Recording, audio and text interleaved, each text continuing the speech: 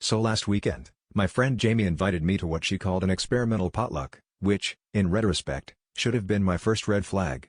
The invite said, "Bring a dish, but don't ask questions." Which, okay, sounds like the tagline for a horror movie, but I figured at worst someone would show up with vegan sushi or that one guy would bring his deconstructed salad, just lettuce in a bowl. I decided to play it safe and made my classic mashed potatoes, because you can't go wrong with comfort food, right?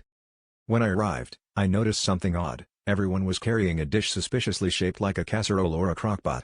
Jamie greeted me at the door wearing a potato-printed apron and, I swear, a glint of mischief in her eye. As people started unveiling their dishes, the truth hit us like a sack of Yukon Golds. There was potato salad, sweet potato pie, roasted fingerlings, tater tots, scalloped potatoes, even vodka, which Greg insisted counts as liquid potato. The only thing missing was a potato battery to power the fairy lights. About an hour in, after we'd all sampled each other's starch-laden masterpieces, things started to get a little weird.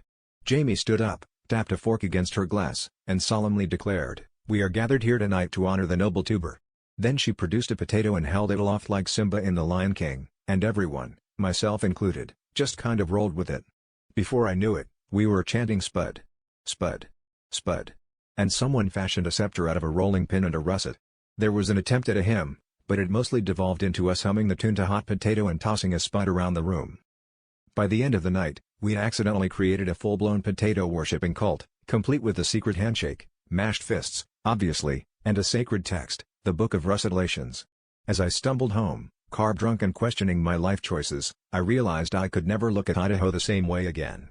So if you ever get invited to an experimental potluck, just know, things might get appealing, but you could end up in a real yam session.